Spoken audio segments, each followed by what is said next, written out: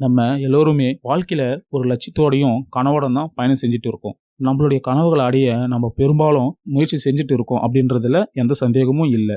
நம்மள நிறைய பேர் முதல் படி எடுத்து வச்சு அது தோல்வி ஆயிடுச்சுன்னா அது தோல்வின்னு நினைச்சுக்கிறாங்க. அது தோல்வியே இல்லை. அதுக்கு மாறா அந்த தோல்வியை பத்தி பயம்.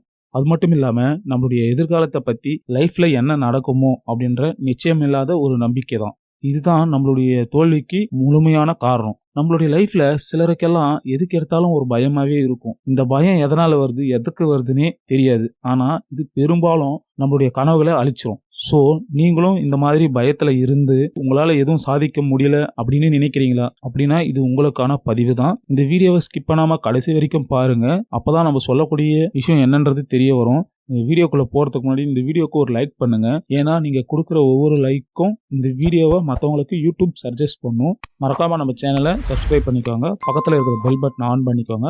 வாங்க வீடியோக்குள்ள போகலாம். நம்மளுடைய லைஃப்ல நடக்கிற ஒவ்வொரு விஷயத்திலையும் நம்ம தோல்வி அடைஞ்சாலுமே தோல்வியை காட்டிலும் நம்மளுடைய நம்பிக்கை இல்லாத பயம் நம்மளுடைய கனவுகளை அழிக்க அதிகமான வாய்ப்பு இருக்கு. இதுக்கு காரணம் ஒருத்தர் அவர் எடுக்கிற எந்த ஒரு விஷயத்திலையும் முயற்சி பண்ணி தோல்வி அடைஞ்சாலுமே அவங்களுடைய இலக்கு அடையறதுக்கான அதுக்கான முயற்சிகளை எடுக்கிறாரு அப்படின்றது தான் அர்த்தம். ஆனா நம்ம ஒரு விஷயத்துல தொடர்ந்து முயற்சி செய்யும் போது அதுக்கு முன்னாடியே நம்மளுக்கு ஒரு சில சந்தேகம் வரும். இந்த வேலையை நம்ம செய்யறோமே, இது சக்சஸ்ஃபுல்லா நடக்குமோ அப்படின்ற மனநிலையில நம்ம கன்ஃபியூஸ் ஆகுற மாதிரி நமக்கு ஒரு சந்தேகம் வரும். இந்த மாதிரி சந்தேகம் வர்றதுனால நம்ம தொடங்குறதுக்கு முன்னாடியே நம்மளுடைய முயற்சி கைவிட நமக்குள்ள ஒரு பயத்தை உண்டாக்கி அந்த செயலை நம்ம செய்ய முடியாம போற சூழ்நிலைக்கு நம்மள தள்ளிடும். பெரும்பாலும் ஒரு சிலருக்கு எந்த வேலையா இருந்தாலும் எல்லா விஷயத்திலையும் சந்தேகம் வரத்தான் செய்யும். ஒரு வேலையை எடுத்து செய்யறோம் அப்படின்னா அந்த வேலையை எப்படி செய்யறோம் அப்படின்ற விஷயத்துல நம்மளுக்கு சந்தேகமும், இன்னும் எந்த அளவுக்கு அந்த வேலையை நம்ம டெவலப் பண்ண முடியும் அப்படின்ற விஷயத்துல சந்தேகம் வந்தா பரவாயில்ல.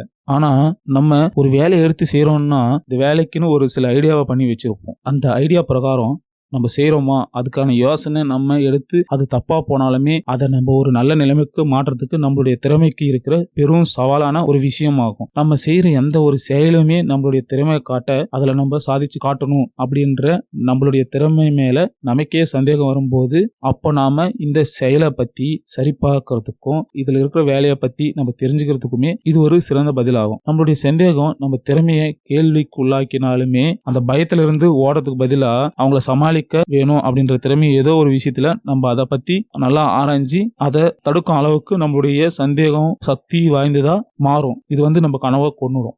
ஒரு மனுஷனுக்கு அவன் செய்யக்கூடிய வேலையில அவனுக்கு எப்பெல்லாம் ஒரு சந்தேகம்ன்றது ஒண்ணு வருதோ அதுக்கு பின்னாடி ஏதோ ஒரு காரணம் கண்டிப்பா இருக்கும். பெரும்பாலும் இதுக்கு முன்னாடி நம்ம ஏதோ ஒரு வேலையில ஈடுபட்டு அது நமக்கு தோல்வியா போயிருக்கலாம். அதனால நம்மளுடைய திறமை மேல நமக்கே சந்தேகம் ஏற்படுற நிலைமை உருவாகும். அப்படியும் இல்லைன்னா எந்த ஒரு தப்பையும் நம்ம செய்ய விருப்பம் இல்லாததால நம்ம அந்த திறமை மேல சந்தேகப்படுறோம். சில டைம்ல நம்மளுடைய எண்ணமே நம்மள பயங்காட்டி நம்மளுடைய கனவுகளை கொன்னுடும். பயம் அப்படின்ற ஒரு விஷயம் நம்ம மேலே நமக்கு ஒரு சுய சந்தேகத்தை உருவாக்கிறோம்.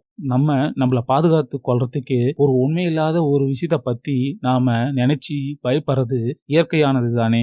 நம்மளுடைய பயம் உண்மையானதா, அப்படி இல்லாச்சு அது நம்மள சோதிக்க வைக்கிறதா அப்படின்றத தீர்மானிப்பது நம்ம கிட்ட இருக்கிற நம்மளால ஏதாவது சாதிக்க முடியுமா, இல்ல அதுல வெற்றி அடையறதுக்கான திறமை நம்ம கிட்ட இருக்கா அப்படின்ற சந்தேகம் நம்ம மனசுக்குள்ளே அடிக்கடி வர்றது உண்டு.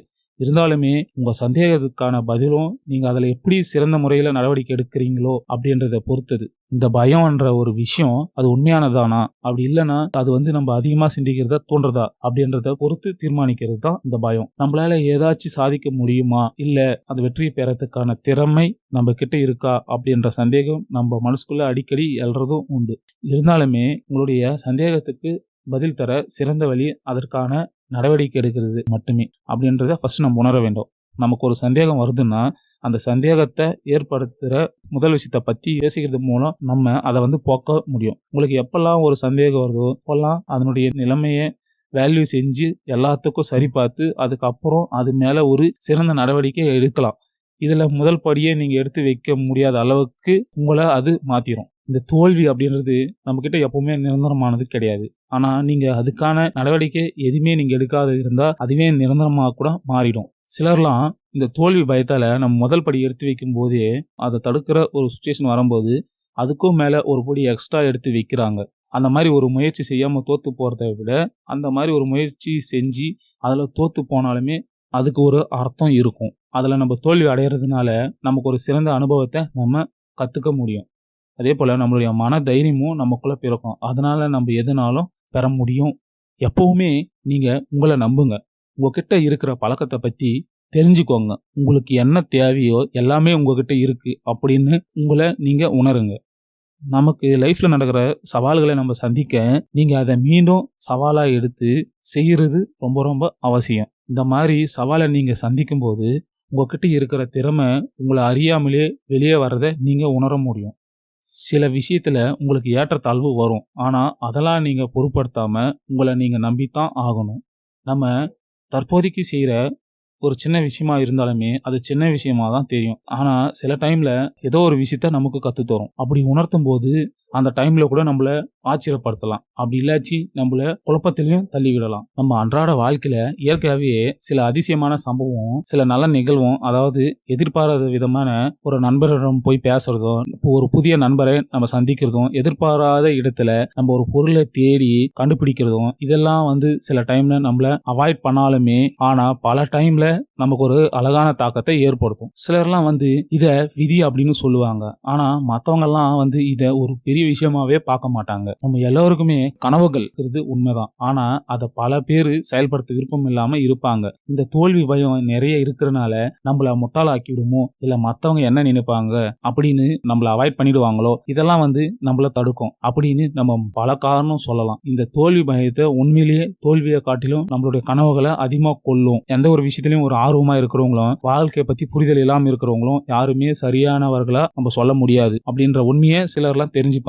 சிலர் செய்யற விஷயத்துல தைரியமா செயல்படுறவங்க அவங்கள மத்தவங்களால மதிக்கப்படுவாங்க. ஏன்னா அவங்க சவாலை நேருக்கு நேரா எதிர்கொள்றாங்க. எந்த ஒரு வேலையிலும் நம்மள ஈடுபடுத்தாம அதனுடைய வேல்யூவை நம்ம பெற முடியாது. நம்ம ஏதாவது ஒரு உதவி செய்யறோம்னா அதுக்கு பதிலா ஏதாவது ஒண்ணு வாங்கிட்டு செஞ்சாலும் அது ஒரு நல்ல பண்பா இருக்காது. இது உங்களை பத்தி நம்பிக்கை ஒருபோதும் உங்களுக்கு உணர்த்த அனுமதிக்காது. நம்ம ஏதோ ஒரு வெற்றியை அடையறோம்னா அதுக்கான வழி கஷ்டமா இருக்கலாம். ஆனா அது நமக்கு ஒரு ஊக்கத்தை தரும். அதனால தன்னம்பிக்கையும் ஒரு சந்தோஷமும் உருவாகும். உதாரணமா மருத்துவம் படிக்காம டாக்டர் ஆக முடியாது. அதே போலதான் நிராகரிப்பு அப்படி இல்லைன்னா தோல்வி. இது ரெண்டுத்துக்குமே பொதுவான எதிர்வினை இருக்கு. ஏன்னா நம்ம கிட்ட ஏற்படுற விரக்தி, நம்பிக்கை இல்லாம இருக்கிறது. இது எல்லா தோல்விக்கும் ஒரு முக்கியமான காரணமா இருக்கு. அதனால நம்ம மனசு வருத்தம் படுறதும் நம்ம விரக்தி ஆகுறதும் ஒரு பொதுவான விஷயம் தான். இது வெறும் அனுபவம் மட்டுமே அப்படின்றத நீங்க நினைவுல வச்சுக்கிறது அவசியம். மேலும் நம்மளுடைய எதிர்காலத்துல இன்னும் பல வாய்ப்புகள் இருக்கு. அதை சுய கணிப்பு அப்படி இல்லைன்னா நேர்மையான சுய பேச்சு இதுல உங்க கவனம் செலுத்தி, இதனால நம்ம ஒரு நிராகரிப்பு ஆனாலும் அதுல தோல்வி அடைஞ்சாலுமே இது ஆரம்ப வழிய கடந்து புதிய விஷயத்த நம்ம கத்துக் கொடுக்க நம்மளுக்கு இது உதவும். பெரும்பாலும் மக்கள் தன்னுடைய வாழ்க்கையில ஒரு கட்டத்துல சந்திக்கும் ஒரு பொதுவான அனுபவம் தான் இது. காதல் முதல் வேலை செய்யற இடம், ஸ்கூல் டைம்லயும் சரி, அதாவது ஒரு கலை சம்பந்தப்பட்ட முயற்சி நம்ம பண்றதுல பல வடிவம் இருக்கும். நம்ம மனசுக்குள்ள இருக்கிற பயத்தினால நம்மள பல நேரங்களில் மற்றவங்க நம்மள நிராகரிப்பு செய்யப்படலாம். இந்த நிராகரிப்பால ஏற்படுற வலி, அதை சமாளிக்கக்கூடியது கஷ்டம் அப்படின்றனாலுமே நம்ம வாழ்க்கையில தவிர்க்க முடியாத ஒரு அங்கமா தான் இருக்கு. ஆனா இது நம்ம வாழ்க்கையில படிப்பதற்காகவும் நம்ம வாழ்க்கையில வளர்ச்சி அடையறதுக்காகவும் நிறைய வாய்ப்பையை உருவாக்கி தரும்.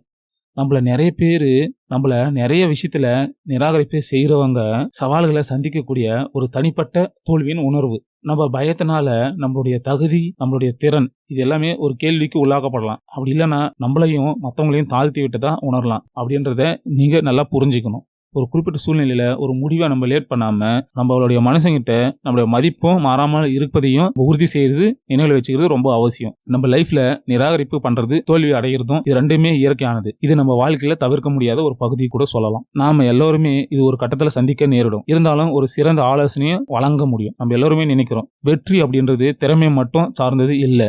உங்களுடைய சரியான மனநிலையை நம்ம அணுகிறது. அப்படி அணுகி அதுல இருக்கிற சவாலை நம்ம சந்திச்சு அது வளர்ச்சி பாதைக்கு நம்ம எடுத்துட்டு போறது மூலமா அது எந்த அளவுல இருந்தாலும் அந்த தடையை தாண்டி நம்ம ஒரு இலக்கை பிக்ஸ் பண்ணி அந்த இலக்கை அடைய தொடர்ந்து ஓடிட்டு இருக்கிறதும் இந்த நம்பிக்கை உருவாக்குது. அதனால நம்மளுடைய நம்பிக்கை அதிகமாகும். இதனால நம்மளுடைய திறமையை நம்ம வளர்த்து கொள்ளலாம். அது மட்டும் இல்லாம வாழ்க்கையில எல்லா திசையிலும் நம்ம பயணம் செய்ய முடியும்.